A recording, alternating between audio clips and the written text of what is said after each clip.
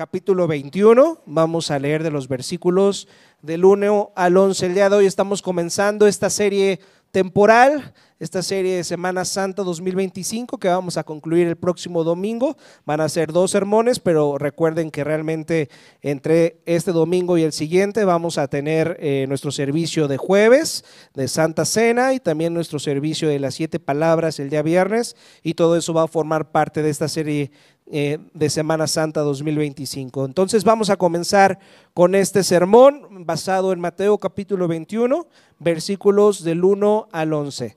Y así dice la palabra del Señor.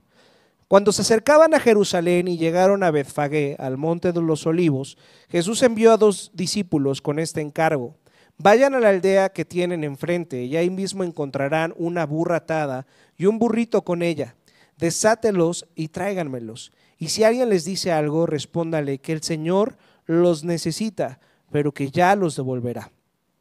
Esto sucedió para que se cumpliera lo dicho por el profeta: digan a la hija de Sión, mira, tu rey viene hacia ti, humilde y montado en un burrito cría de una bestia de carga. Los discípulos fueron e hicieron como les había mandado Jesús. Llevaron la burra y el burrito y pusieron encima sus mantos, sobre los cuales se sentó Jesús. Había mucha gente que tendía sus mantos sobre el camino, otros cortaban ramas de los árboles y las esparcían en el camino. Tanto la gente que iba delante de él como la que iba detrás gritaba: Hosana al Hijo de David, bendito el que viene en el nombre del Señor, Hosana en las alturas. Cuando Jesús entró en Jerusalén, toda la ciudad se conmovió. ¿Quién es este?, preguntaban. Este es el profeta Jesús de Nazaret de Galilea, contestaba la gente. Esta es la palabra del Señor, y este texto que acabamos de leer es conocido como el texto de la entrada triunfal o el Domingo de Ramos, y marca este Domingo de Ramos, esta entrada triunfal marca lo que será la última semana de la vida de Jesús antes de ir a la cruz. Y debo confesarles algo: las primeras veces desde que me hice cristiano y empecé a leer mi Biblia, las primeras veces que leía esta historia acerca de la entrada triunfal, me imaginaba esto. Me imaginaba que Jesús llegaba a Jerusalén, a las puertas de Jerusalén, y de pronto la gente al verlo se alborotaba y salía y tendían sus mantos y tendían los ramos y tendían las palmas y cantaban Hosana al Hijo de David, y que entonces Jesús medio se sonrojaba, medio se apenaba por los gritos de la gente, pero pues bueno, les decía gracias por todo esto que están diciendo. Así me imaginaba a un principio lo que era esta entrada triunfal. No sé si a ustedes les pasó algo similar a esto, pero si estudiamos detenidamente el texto, este no es el único texto de nuestras Biblias que se nos habla de la entrada triunfal, también se nos habla en los otros 13 evangelios. Si ustedes analizan estos textos, vamos a darnos cuenta que realmente esto no fue así como yo me lo imaginaba. A lo mejor ustedes no se lo imaginaban así y tenían una imagen correcta de lo que era la entrada triunfal, pero si tú, al igual que yo, pensabas esta imagen de personas saliendo y Jesús apenado recibiéndolo, estábamos muy equivocados, porque realmente Jesús quería que su entrada a Jerusalén fuera triunfal. Él estaba controlando esta situación, Él estaba permitiendo que todo esto sucediera, y Él no estaba ruborizado ni apenado por el clamor de la gente. Él realmente quería que en este momento la gente clamara a Él y le dijera Hosana al Hijo de David. Fíjense ahí como en el versículo 1 se nos dice que Jesús envió a sus discípulos a buscar a un burrito en un lugar específico. ¿A qué lugar los envió a sus discípulos? ¿A dónde? Ahí vienen sus Biblias, lean sus Biblias, tengan sus textos ahí abiertos en Mateo capítulo 21. ¿Y dónde se nos dice que Jesús envió a sus discípulos? A Betfagé. Y tenemos que entender, si ustedes ven en un mapa en el Jerusalén antiguo, tienen que ver que Betfagé y Betania eran 2 pueblitos que estaban a las afueras de Jerusalén. Entonces, esto es muy importante porque Jesús conocía muy bien estos 2 pueblitos, a Betfagé y a Betania, porque justamente en Betania vivían unos personajes muy interesantes. Vivían unos hermanos que se llamaban María, Marta y Lázaro. Justamente este Lázaro es la persona que Jesús resucitó después de 4 días de haber muerto.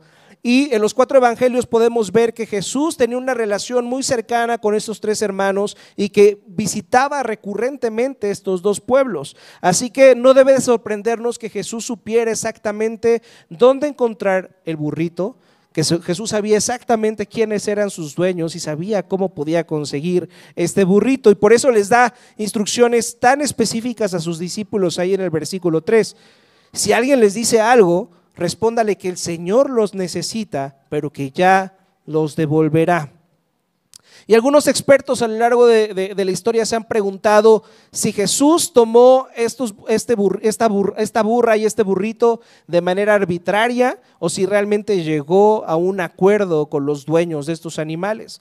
No podemos pensar que Jesús llegó y tomó algo que no era suyo y digo, bueno, al rato te los devuelvo. Ese realmente no es el estilo de Jesús, esa realmente no es la personalidad de Jesús. Así que podemos pensar, y al entender este contexto, que Jesús ya había llegado a un acuerdo con quienes les pidió estos animales.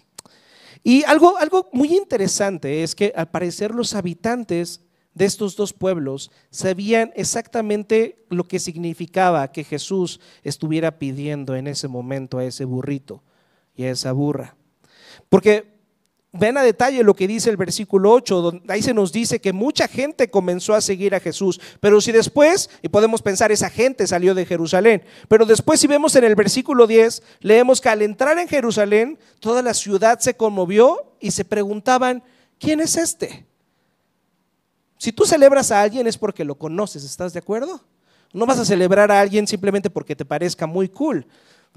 Lo celebras porque sabes quién es. Sin embargo, los habitantes de Jerusalén se quedaron así de, oye, ¿quién es este? ¿Por qué está esta gente aclamándolo? Entonces la pregunta es, ¿quiénes eran las personas que lo estaban aclamando?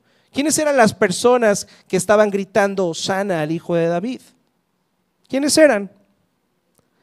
Eran las personas de los pueblos de Betania y de Betfagé. Y si vamos al Evangelio de Juan, capítulo 12, donde se nos habla también de la entrada triunfal, vamos a ver que algunas de las personas que fueron testigos de la resurrección de Lázaro también salieron de Jerusalén. Entonces había este tipo de personas de Betfagé, personas de Betania, personas de Jerusalén que habían visto los milagros de Jesús, que salían a celebrarlo. Tenemos que entender algo muy interesante. Cuando Jesús está convocando al burrito, no solamente está convocando al burrito, está convocando a toda la multitud, porque Él desea que su entrada en Jerusalén sea una entrada triunfal. Él deseaba que todas las personas fueran testigos de quién era el que estaba llegando a Jerusalén, que el rey de Israel, el rey prometido de Israel, había llegado a Jerusalén. Y así justamente titulé al sermón del día de hoy, tu rey viene hacia ti, como ese día vino a Jerusalén. Y vamos a reflexionar en 3 ideas que surgen de este texto que nos muestran cuáles son las implicaciones de que este rey haya venido a nosotros, de que este rey haya llegado a nuestras vidas, así como llegó en ese momento a Jerusalén. Y vamos a estar hablando acerca de estas 3 ideas. El punto número 1 es un reinado que confronta. El punto número 2 es un reinado humilde y el punto número 3 es un reinado que transforma. Que Jesús es ese rey, sea ese rey que viene hacia ti, significa que su reinado tiene que confrontarte. Significa que es un reinado que es humilde y significa que es un reinado que tiene que transformarte. Vamos a pensar en esas 3 ideas. Entonces, punto número 1, un reinado que confronta. Y a lo largo de los evangelios vamos a darnos cuenta de algo muy específico. Jesús, al inicio de su ministerio, cuando realiza algún milagro, ¿qué le dice a las personas después de que les realiza ese milagro? ¿Se han dado cuenta? ¿Se han dado cuenta de cuando las primeras veces que Jesús hacía un milagro, sanaba a algún enfermo, curaba a algún ciego? ¿Qué le decía a esa persona? ¿Qué le decía? No le decía, no le digas a nadie. Primero le decía, no le digas a nadie, no digas quién lo hizo. Porque un principio en el ministerio de Jesús, Él no quería que se supiera que Él era el Mesías. porque sabía que aún tenía que ir a predicar acerca del evangelio en otras naciones antes de ser proclamado como el Mesías, porque si él iba a ser proclamado como el Mesías, eso implicaba algo muy importante, que las personas tenían que ser confrontadas por ese hecho. Ahorita vamos a profundizar en eso. Pero a un inicio del ministerio de Jesús, Jesús les decía: no se lo digan a nadie. Incluso a sus discípulos les advirtió que no revelaran todavía su identidad, porque incluso decía: aún no ha llegado mi hora. ¿Qué es lo que le dijo a María, su madre, cuando le pidió que transformara el agua en vino? Le dijo: aún no, mujer. Aún no ha llegado mi hora, aún las personas no tienen que darse cuenta quién realmente soy. Pero vemos que eso cambia cuando está listo para entrar en Jerusalén. Justamente en el capítulo 20, un capítulo antes al capítulo en el que estamos reflexionando esta mañana, se nos narra cómo Jesús está en este camino hacia Jerusalén, y en el camino 2 ciegos se le acercaron y clamaron estas palabras: Señor, Hijo de David, ten compasión de nosotros. Señor, Hijo de David, ten compasión de nosotros. Y entonces Jesús se acercó a ellos y les pregunta: ¿qué quieren que haga? ¿Qué quieren que haga por ustedes? Y los ciegos le dicen: pues queremos recibir la vista. Y entonces Jesús los sana. Y podrías pensar: bueno, este es otro milagro más de Jesús. Sin embargo, este es un milagro clave, este evento es un evento clave en la historia del ministerio de Jesús, porque es la primera vez que alguien llama a Jesús por un título abiertamente mesiánico en público, y él no lo prohíbe, sino que lo permite. Y Señor, le dicen: Señor, Hijo de David, ten compasión de nosotros. ¿Y qué es lo que hace Jesús? Les dice: sí, soy yo. Lo que prácticamente estaban diciendo estos ciegos es, porque tenemos que entender esto, ¿quién era el Hijo de David? ¿Por qué estaban proclamando que Jesús era el Hijo de David? ¿Qué personaje es el Hijo de David?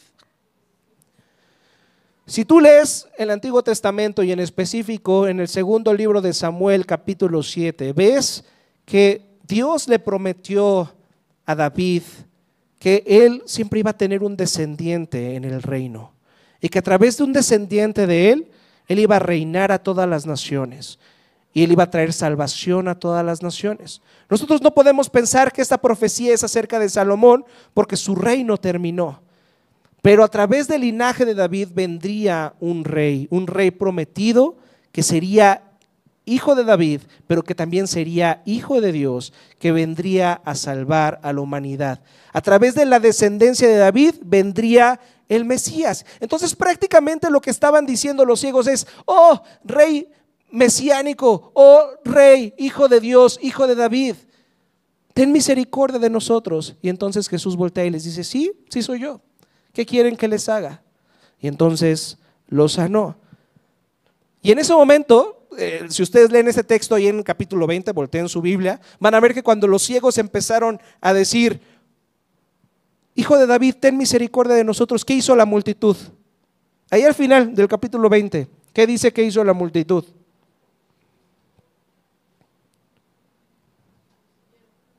¿Qué les hicieron? ¿Qué hizo la multitud con los ciegos? ¿Qué era lo que quería la multitud que hicieran los ciegos? Quería que se callaran, quería que no proclamaran eso, porque sabían que si eso que estaban proclamando no era cualquier cosa, estaban diciendo: Jesús es ese Mesías prometido, Jesús es ese Salvador, Jesús es el Hijo de Dios. Y entonces los querían silenciar, pero cuando Jesús ahora sí permite que su nombre como Mesías prometido, que ahora sí su identidad como ese Hijo que vendría a traer salvación a la humanidad, ahora sí fuera proclamado, hizo que todas las personas se quedaran boquiabiertos, y en particular los discípulos. Los discípulos desde el principio habían deseado que Jesús se proclamara abiertamente como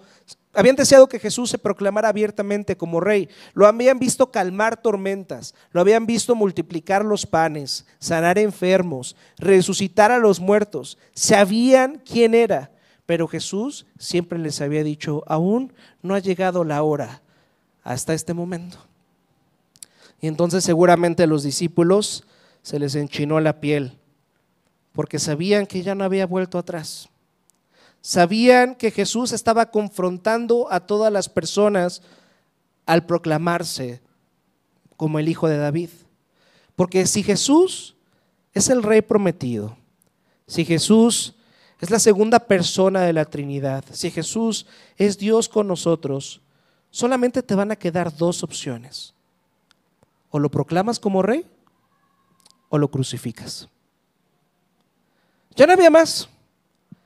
O lo proclamas como Rey y dices, sí, Él es quien dice ser, y entonces si es el Hijo de Dios, entonces tengo que rendir mi vida hacia Él.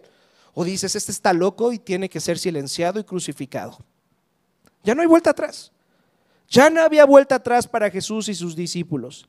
Y en este pasaje podemos ver más ejemplos acerca de cómo Jesús ya está dispuesto a asumir abiertamente su identidad como el Mesías, como el Hijo de David. ¿Qué es lo que hace inmediatamente Jesús después de la entrada triunfal? ¿A dónde se dirige? ¿A dónde va? Si ya fueron a ver la película de Chosen, ya saben qué es lo que hace inmediatamente. Vean lo que hace. Lo primero que hace Jesús después de su entrada triunfal es ir al templo. Vean lo que dice el versículo 12. Dice, Jesús entró en el templo y echó de allí a todos los que compraban y vendían. Volcó las mesas de los que cambiaron dinero y los puestos de los que vendían palomas. Escrito está, dijo, mi casa será llamada casa de oración, pero ustedes la han convertido en cueva de ladrones. ¿Se dan cuenta de lo que Jesús está haciendo al entrar al templo? ¿Qué es lo que está diciendo? ¿Qué es lo que está haciendo? Él está limpiando el templo, pero está diciendo algo muy importante. Esta es mi casa. Esta es mi casa. El templo es la casa de Dios, y si Él dice que es su casa, entonces Él se está proclamando a sí mismo como Dios. Jesús está diciendo, este templo es mío, esta casa es mío. Está proclamando abiertamente que Él es Dios. Y escuchen, este es el primer punto de este sermón. Si Jesucristo llega a tu vida y dice que es el Rey y dice que es Dios, eso te confrontará. No puedes mantenerte indiferente a eso, ¿estás de acuerdo? Jesús no puede simplemente caerte bien. Jesús no puede decir, bueno, qué padre que tú seas cristiano, qué bueno que vayas a la iglesia, qué bueno que eso te funcione a ti. Qué padre que eso te haga una mejor persona. No, si Jesús es quien dice ser, no puede simplemente ser algo funcional para ti. No puede simplemente caerte bien. No puedes decir, oye, qué bueno que existan los cristianitos, porque mira, los cristianitos buscan ayudar a los pobres, a los vulnerables, a las viudas. Está muy padre que existan los cristianitos, pero no puedes decir eso. Porque si Jesús dice quién es, si Jesús es realmente quien dice ser, entonces o lo proclamas como tu Dios o te alejas de Él. No hay más opciones, no hay medias tintas. Si vienes a Jesús y le dices, Jesús, quiero que me aconsejes, quiero que me ayudes en los momentos difíciles, quiero que me ayudes con esto. ¿Les ha pasado esto con personas que nunca se acercan a Dios, pero cuando tiembla, específicamente cuando tiembla, se vuelven las personas más religiosas del mundo? Dios mío. Y empiezan a clamar a Dios. Nunca habían ido a la iglesia, pero en ese momento empiezan a clamar la sangre de Jesús. Jesús dice, si vienes a mí y quieres mi consejo y quieres que te ayude en los momentos difíciles, yo puedo hacer todo eso. Pero ¿sabes? Yo puedo hacer todo eso si primero, antes que nada, me convierto en el Rey de tu vida. Me convierto en tu Señor. Yo puedo ser tu pastor, puedo ser tu guía, puedo ser tu amigo, puedo ser tu hermano, pero si solo y solo antes soy tu Rey. ¿Él quiere todo de ti o no quiere nada? Él no quiere medias tintas. Él no quiere que rindas algunas partes de tu vida hacia Él. Bueno, te delego mi salvación, Dios, pero yo soy el dueño de mi vida. Yo soy el dueño de mi trabajo. Lo que pasa en mi trabajo no tiene nada que ver contigo, Dios, porque tú sabes perfectamente que el que no tranza no avanza. Entonces, tú no me puedes pedir que yo no sea corrupto. Tú no me puedes decir que deje atrás estas oportunidades. Tú no me puedes pedir que no esté mintiendo a mi cliente vendiéndole un producto que yo sé que es defectuoso, pero lo tengo que vender porque pues el que no tranza no avanza. Señor, yo quiero una novia, yo quiero un novio. Pero tú no traes personas que te amen, Señor. O sea, el pastor no ha organizado un campamento de jóvenes y conocí a esta persona que no tiene la fe puesta en ti, pero pues yo te tengo que ayudar, Dios. O sea, tú quieres que yo tenga una familia, tú quieres que yo me case, tú quieres que yo tenga este tipo de relación contigo, pero pues parece como que no eres muy sabio, Dios, porque te estás tardando, ¿eh? Entonces yo voy a tomar la iniciativa de mi vida. Eres mi Dios para mi salvación, pero no vas a tener nada que ver con mi trabajo, no vas a tener nada que ver con mis relaciones personales, no vas a tener nada que ver con la forma en la que uso mi dinero. Veamos esto en Fundamentos de la Fe. Decimos mucho como cristianos: Señor, haznos a la imagen de Cristo. ¿Realmente quieres ser a la imagen de Cristo? ¿Realmente quieres que Dios te transforme a la imagen de Jesús? ¿Cuál es la imagen de Jesús? Jesús es una persona que, siendo Dios, despreció su gloria y vino a este mundo como un siervo a hacerse cargo de lo que tú y yo no podemos hacer. La vida de Jesús es una vida de ejemplo de amor al prójimo. Decía: yo no tengo, los zorros tienen un hogar donde acostarse, tienen una guarida, pero el Hijo del Hombre no tiene donde reposar su cabeza. Ahorita lo vamos a ver. Jesús entra a Jerusalén no en un BYD o en un Tesla, entra en un burrito. ¿Realmente quieres ser a la imagen de Jesús?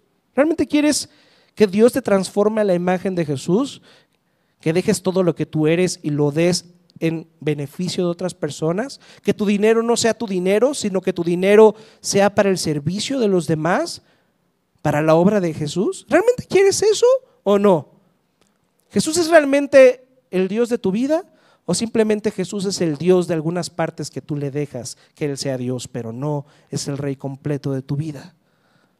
No tiene nada que ver con tus decisiones, no tiene nada que ver con tu trabajo, no tiene nada que ver con tus relaciones personales, no tiene nada que ver con la forma en la que usas tu dinero y todo lo que tienes. Ahí está. ¿Él quiere todo de ti o no quiere nada? Hay un pasaje aterrador en Apocalipsis capítulo 3, versículo 16, donde el apóstol Juan dice que escuchó a Jesús en una visión decir esto: como no eres ni frío ni caliente, sino tibio, estoy por vomitarte de mi boca. No puedes permanecer tibio. Incluso la comida sabe mal tibia, ¿estás de acuerdo? Hay comida que sabe bien fría o hay comida que sabe bien caliente, pero la mayoría de la comida no sabe bien tibia. O te la comes caliente o te la comes fría. Ahí está. Lo mismo tiene que ver en nuestra relación con Dios. O somos calientes o somos fríos. O me amas con todo tu corazón o mejor recházame, pero no puedo solamente caerte bien, no puedo simplemente ser un gadget más de tu vida, un elemento más de tu vida, una herramienta más de tu vida. O soy el rey de tu vida o no soy nada. Y para ilustrar esto hay una historia muy interesante en Hechos capítulo 19. Allí Pablo está teniendo mucho éxito plantando una nueva iglesia y un grupo de hombres conocidos como los 7 hijos de Seba intentan usar el nombre de Jesús como si fuera una fórmula mágica. Se acercan a un hombre que está endemoniado y le dicen: en el nombre de Jesús, a quien Pablo predica, les ordeno que salgan. Dicen: oye, qué padre todo lo que hace Pablo, yo quiero hacer lo mismo que Pablo, sacar demonios, curar enfermos. Y entonces dicen: oye, pues yo también puedo tener este poder. Así que en el nombre de Jesús, a quien Pablo predica, les ordeno que salgan. ¿Y qué es lo que les responde el espíritu maligno? A Jesús lo conozco, a Pablo también lo conozco, pero ustedes no. ¿Ustedes quiénes son? Y entonces se nos dice que el endemoniado les da una paliza y salen huyendo desnudos y heridos. ¿Qué aprendemos de esto? ¿Qué aprendemos de esto?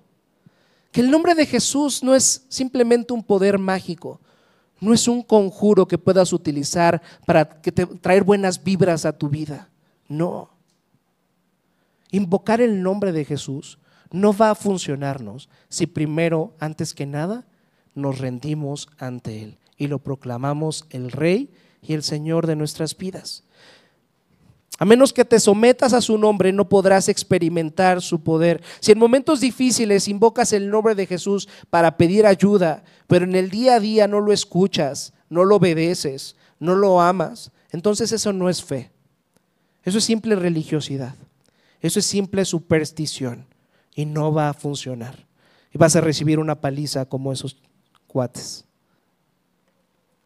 Entonces, cuando Jesús entra a Jerusalén, no solo entra para ser celebrado, entra para ser coronado o rechazado.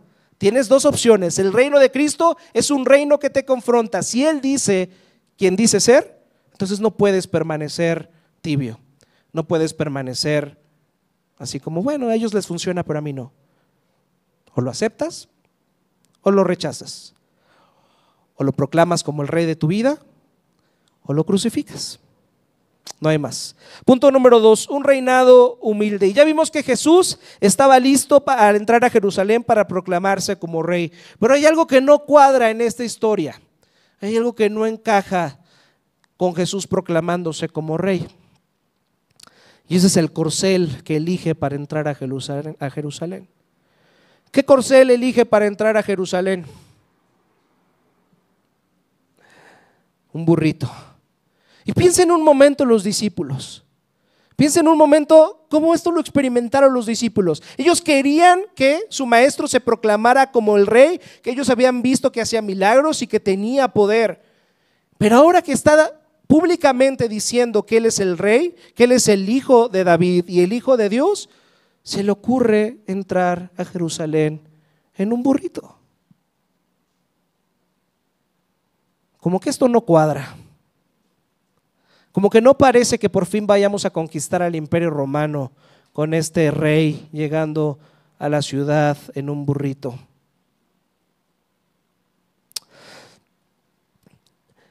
¿Por qué Jesús, en lugar de conseguir un caballo de guerra para entrar como un general victorioso, elige un burrito? Todos estaremos de acuerdo en que un burrito no es el corcel de un rey. ¿Quién monta en un burrito? Sancho Panza monta un burrito. Un burrito no es el corcel de un rey. Un burrito es un corcel de un siervo, de alguien que viene a servir, de alguien que es humilde. ¿Qué significa todo esto? ¿Por qué Jesús eligió un burrito como corcel? Y la respuesta está ahí en el versículo 5. Esta es una frase que debería parecernos impactante. Vean lo que dice. Mira, tu rey viene hacia ti, humilde.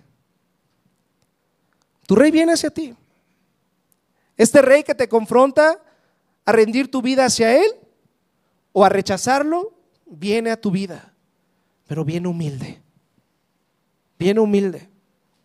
Y desde luego que una de las razones por la que Jesús decidió entrar a Jerusalén en un burrito era para cumplir todas las profecías del Antiguo Testamento que hablaban que el hijo de David, que este Mesías prometido, iba a entrar a la ciudad a través de un burro. Una de estas profecías la tenemos, por ejemplo, en Génesis 49, versículo 10. Fíjense lo que dice Génesis 49, versículo 10.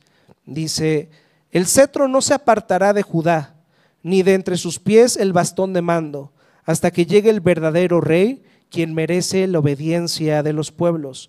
Judá amarra su asno a la vid y la cría de su asno a la mejor cepa. Lava su ropa en vino, su manto en la sangre de las uvas. Esta es la imagen de un rey que cuando llegue va a hacer que todas las naciones se inclinen ante él y él arreglará todo. Va a ser un momento donde realmente va a haber prosperidad, tanta prosperidad que las personas van a poder lavar sus ropas en vino. ¿Qué tan caro sale una botella de vino? No está como para lavar la ropa, ¿verdad? Pero fíjense la imagen que está dándonos aquí esta profecía acerca de cuando este rey venga. Cómo realmente va a satisfacer todos nuestros deseos, va a satisfacer todo nuestro corazón, que incluso vamos a poder lavar nuestra ropa en vino. Y la otra profecía está ahí en Zacarías capítulo 9, versículo 9, y dice esto: alégrate mucho, hija de Sión, grita de alegría, hija de Jerusalén. Mira, tu rey viene hacia ti, justo, victorioso y humilde, viene montado en un burro, en un burrito cría de asna. El problema de todo esto es que ¿qué tipo de rey llega en un burrito? ¿Qué tipo de general puede llegar a la guerra en un burrito? ¿Están de acuerdo que si un general de batalla llega a la guerra en un burrito, ese rey va a ser aplastado? Ese rey va a ser destrozado. Eso es justamente lo que Jesús quería anunciar, que Él venía como nuestro rey, pero un rey que tendría que ser aplastado, un rey que tendría que ser destruido. Jesucristo entra a Jerusalén como un siervo sufriente, como un cordero que va al matadero. ¿Y por qué hace esto Jesús? Porque este texto es una exposición clara de lo que es el evangelio. La palabra evangelio es una palabra compuesta griega que surge del griego, que significan buenas noticias.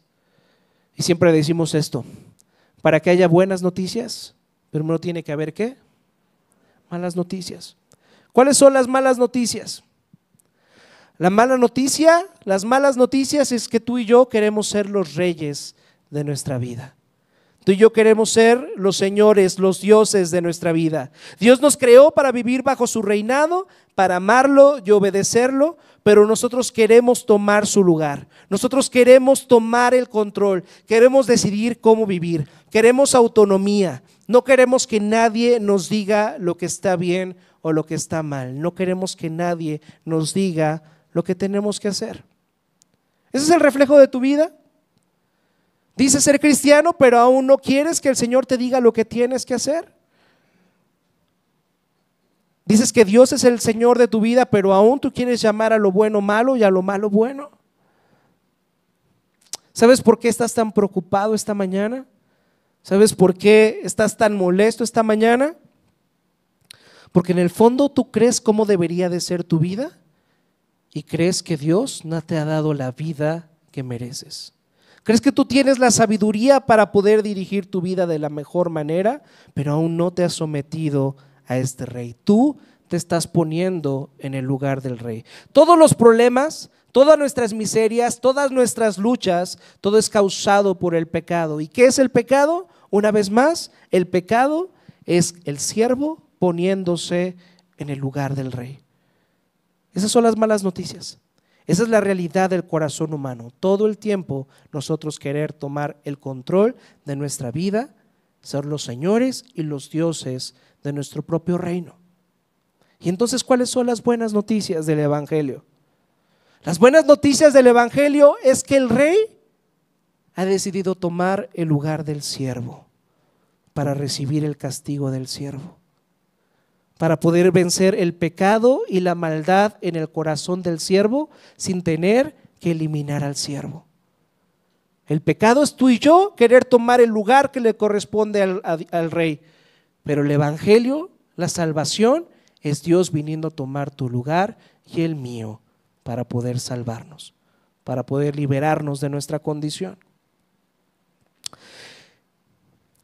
Y esto es lo que Jesús nos dice al elegir un burrito como corcel. Soy el rey, pero no soy el rey que ustedes creen que necesitan. Ustedes buscan un rey que los libere de los romanos, pero si los libero de los romanos, ustedes irán y esclavizarán a otros. He venido a liberarlos de algo mucho más profundo. Si los libero solo de los romanos, ¿qué harán con su culpa? ¿Qué harán con su vergüenza? ¿Qué harán con su deseo de demostrar su valía todo el tiempo? ¿Qué harán con su verdadera esclavitud?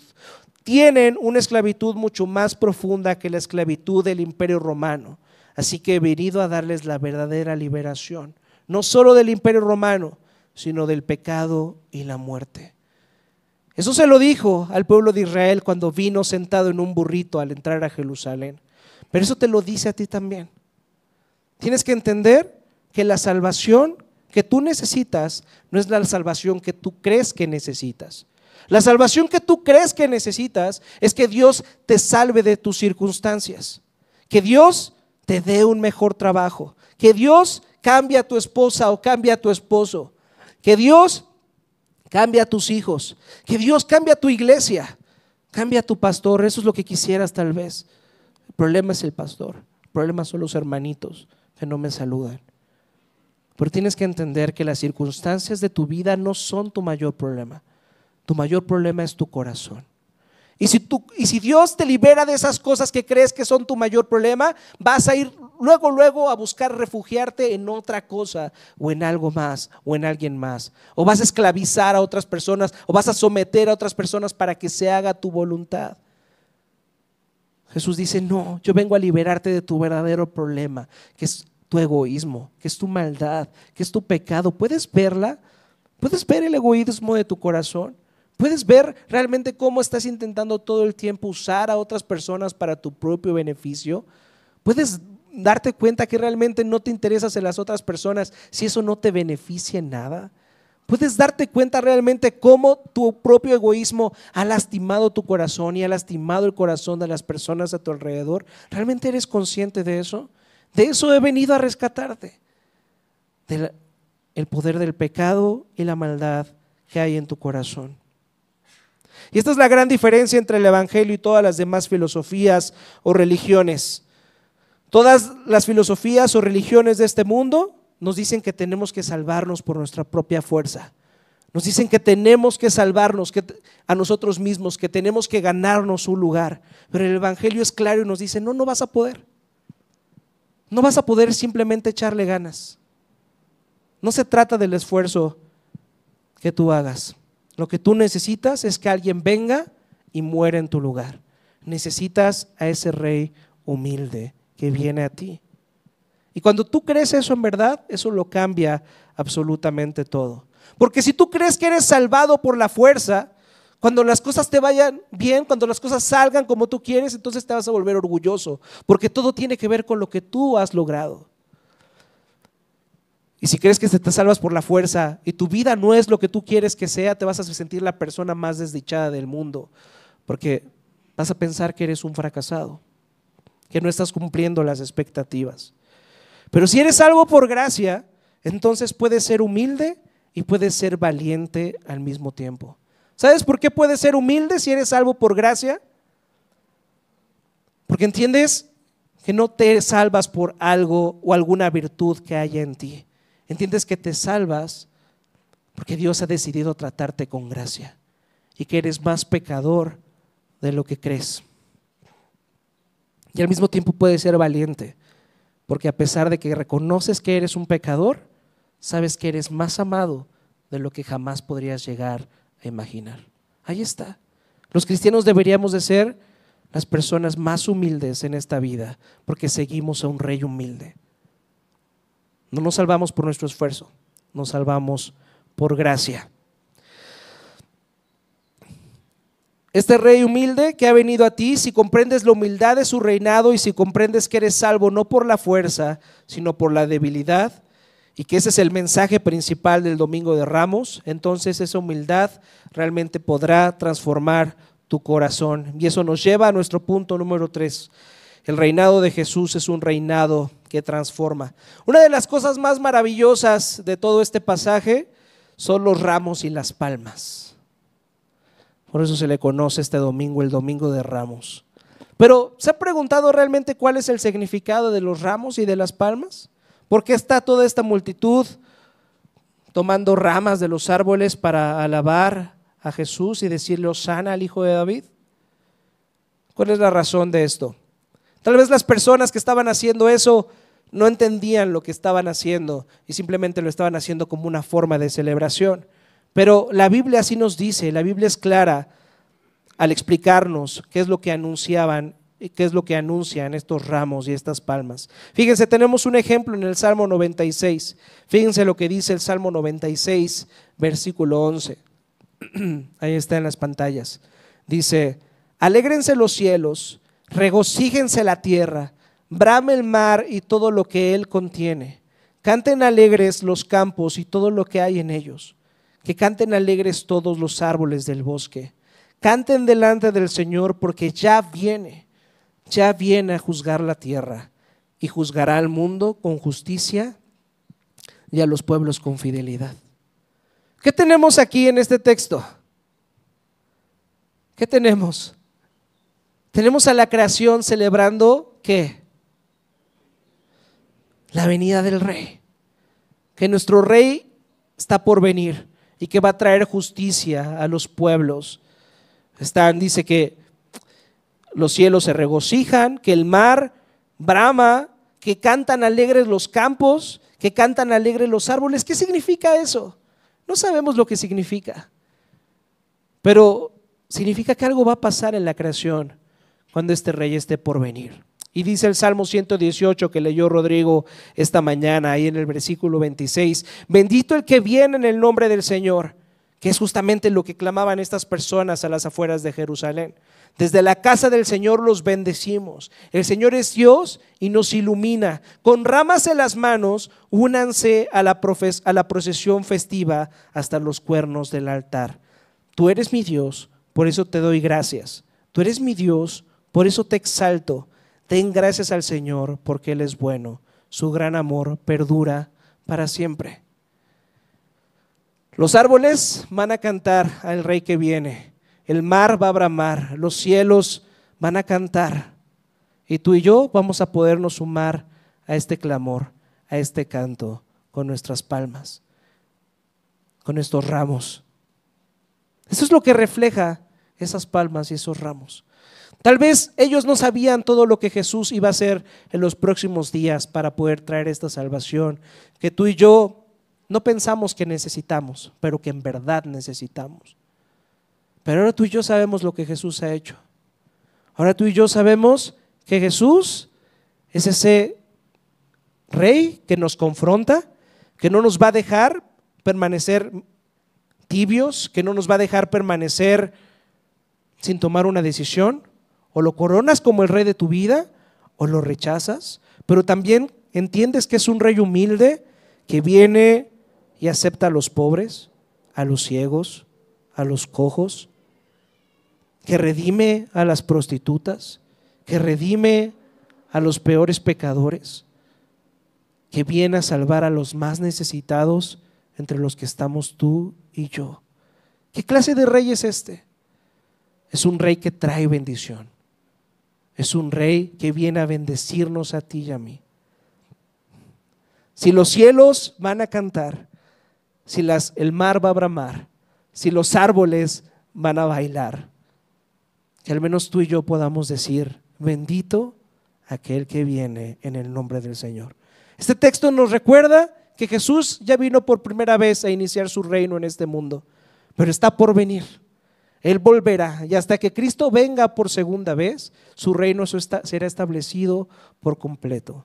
Que cuando Él venga, podamos clamar, bendito sea el que viene en el nombre del Señor. Hosana al Hijo de David. Pero que no sean simplemente palabras, que nuestras vidas sean un reflejo, sean un testimonio de que Dios realmente es el Rey de nuestras vidas. ¿Cristo es realmente el Rey de tu vida? ¿Cristo realmente es tu Señor? Puedes ver este reino que no viene a salvarte con fortaleza sino con debilidad. Puedes ser humilde como este Rey humilde y ofrecer humildad a los demás, ofrecer generosidad a los demás como a ti se te ha ofrecido. Ahí está la invitación. Pensemos en esto. Vamos a orar. Padre, te damos tantas gracias, Señor, porque has irrumpido nuestra vida de una manera gloriosa, Señor. Padre, ayúdanos a no permanecer a medias ante el hecho de que tú has venido a este mundo, Señor. Que podamos proclamarte como el Rey de nuestras vidas, Señor, pero de todas nuestras vidas, no solamente de parte de algo de nuestro corazón, sino que tú realmente seas el Rey de todo nuestro corazón, Señor.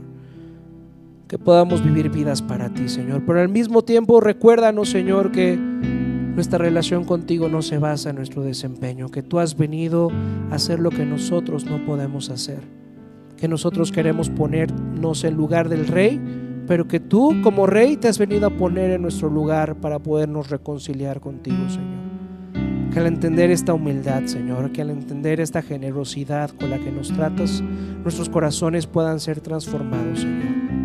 Que nuestra vida sea un testimonio a los demás de que tú reinas sobre nosotros, Señor, y que podamos proclamar este reino que no se trata de fortaleza, que no se trata de aplastar a los demás, que no se trata de pasar por encima de los demás para obtener lo que queremos, sino que se trata de sacrificarse a uno mismo por el beneficio de los demás. Así nos has tratado tú en la persona de Jesús. Padre, cambia nuestros corazones y que en verdad deseemos ser más como Jesús, que no sean simplemente palabras domingueras que utilicemos, sino que sea un deseo profundo en nuestro corazón de gastar todo lo que tenemos para el beneficio y el extendimiento de tu reino en esta Ciudad de México, Padre. Cambia nuestros corazones al ver ese Rey humilde que viene sentado en un burrito, que podemos clamarlo, que podamos alabarlo con nuestras vidas. Te lo pedimos, Padre, en el nombre precioso de tu Hijo Jesús. Amén.